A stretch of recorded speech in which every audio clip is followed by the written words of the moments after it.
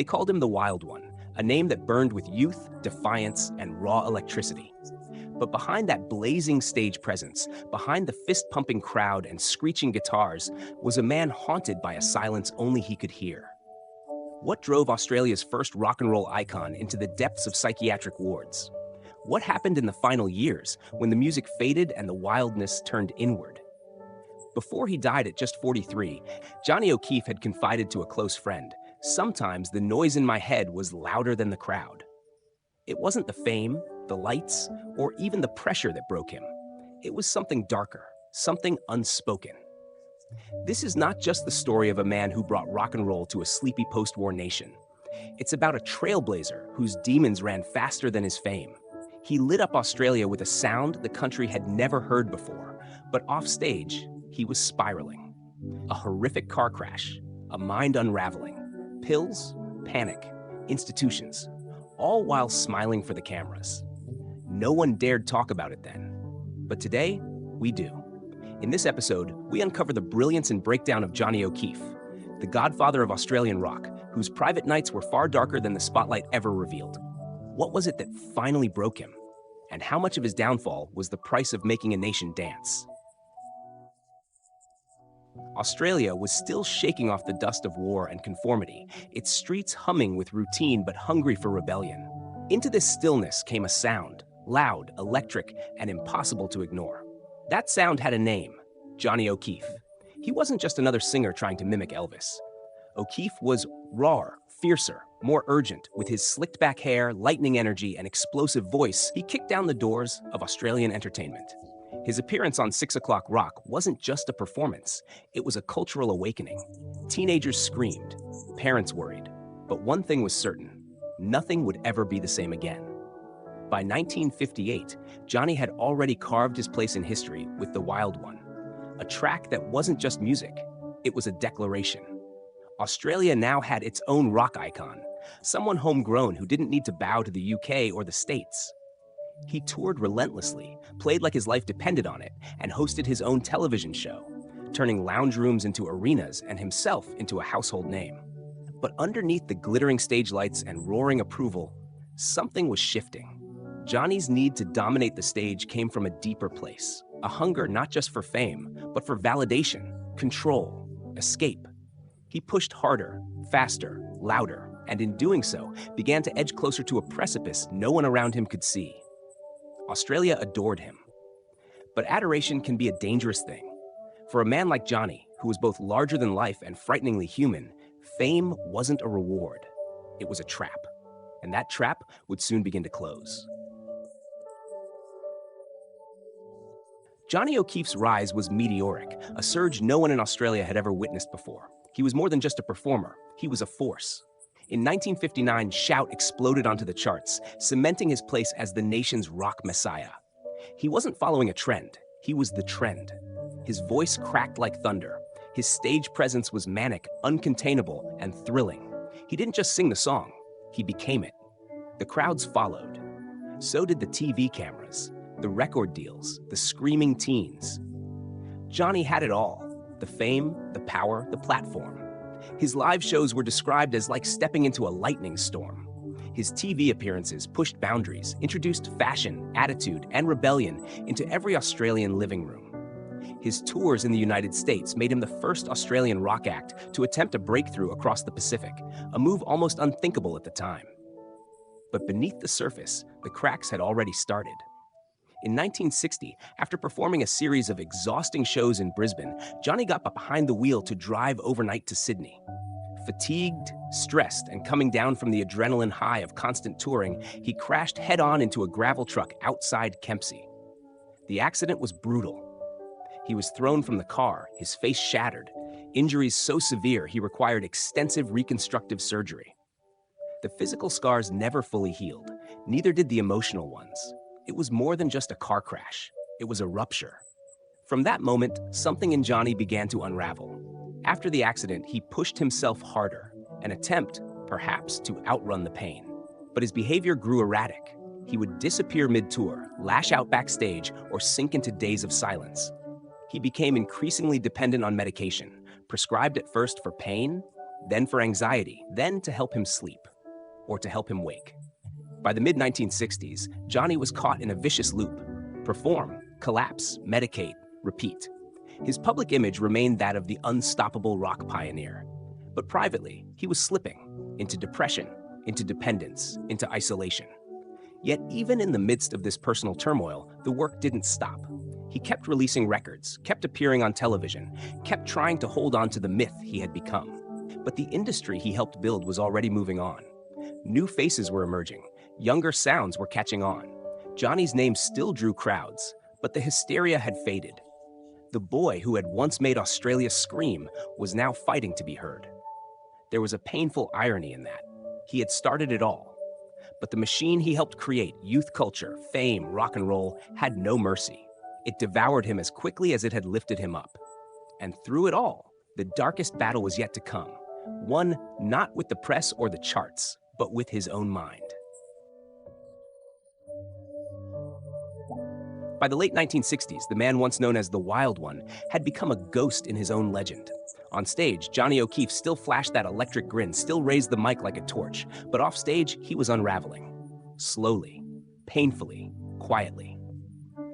After the car crash, Johnny's reliance on medication grew dangerous. Sedatives, antidepressants, stimulants, often prescribed in combination, often without proper oversight. What started as treatment for trauma spiraled into full-blown chemical dependence. Friends noted how his moods shifted violently. He could be elated one moment, despondent the next. There were whispers of breakdowns, not just once, but repeatedly. In 1966, the truth could no longer be hidden. Johnny was admitted to a psychiatric hospital. Officially, it was for exhaustion. Unofficially, it was for a complete mental collapse. This would be the first of several hospitalizations. Each time, the same pattern emerged. Johnny would crash under the weight of his inner turmoil, be sedated, treated, stabilized, then pushed back out into the world too soon. The public never truly knew. His team shielded him, the media softened the narrative, and Johnny, ever the showman, played along. But the truth was devastating. Inside those hospital walls, the Wild One sat alone in silence, stripped of makeup and microphone, sedated into numbness. He once confessed in a letter, "The stage was my only place of peace. Off it, I was nothing but noise." He was suffering from what would today be diagnosed as bipolar disorder, compounded by substance abuse and post-traumatic stress. But in 1960s Australia, there was no real language for that. No empathy, only stigma. Still, he tried to come back, again and again. He hosted new TV shows, released new music, smiled for interviews. But each time, the sparkle in his eyes was dimmer, his voice a little more strained. Behind the scenes, his family was struggling to keep him grounded. His wife, Marianne, stood by him for years but could not save him from himself. Their eventual separation devastated him. It added another crack to a fragile psyche. In 1977, he suffered another breakdown and was hospitalized yet again. This time, he didn't bounce back. On October 6, 1978, Johnny O'Keefe was found dead in his Sydney home. Official cause, heart failure. But those closest to him believed the heart had broken long before. The news shocked the nation. Fans mourned, tributes poured in, but few understood what really killed him. It wasn't just age or lifestyle or even the pills. It was the weight of being a pioneer, carrying a crown no one had ever worn before, and the crushing silence that came when the music stopped. The media was respectful. They called him a hero, a trailblazer. But behind closed doors, industry insiders finally whispered the truth. Johnny O'Keefe's death wasn't sudden. It was slow, invisible, and heartbreakingly inevitable. He gave Australia its first taste of rock and roll, and in return, it gave him everything and took everything away. At Aussie Uncovered, we don't just tell stories of fame, we reveal the people who bore the cost of that fame. And when it comes to Johnny O'Keefe, we see a man who wasn't just Australia's first rock star, he was Australia's first sacrifice to stardom. There's a certain tragedy in being the first. No blueprint, no safety net, no one to tell you when to stop. Johnny paved a path that had never been walked before, and he did it with a fire that burned him alive. Every scream from the audience, every headline, every late-night show, it was more than performance. It was a man outrunning his pain. His legacy is undeniable. He didn't just introduce rock and roll to Australia, he built the stage, wired the sound, and lit the fire. Artists like Billy Thorpe, Stevie Wright, and even later bands like INXS, they all walked through the door he kicked open. Without Johnny O'Keefe, Australian music might have taken a decade longer to find its voice. But what we find most haunting isn't the triumph, it's the silence that followed. Johnny's mental health struggles were hidden, minimized, or erased, not because they were shameful, but because no one knew how to speak about them.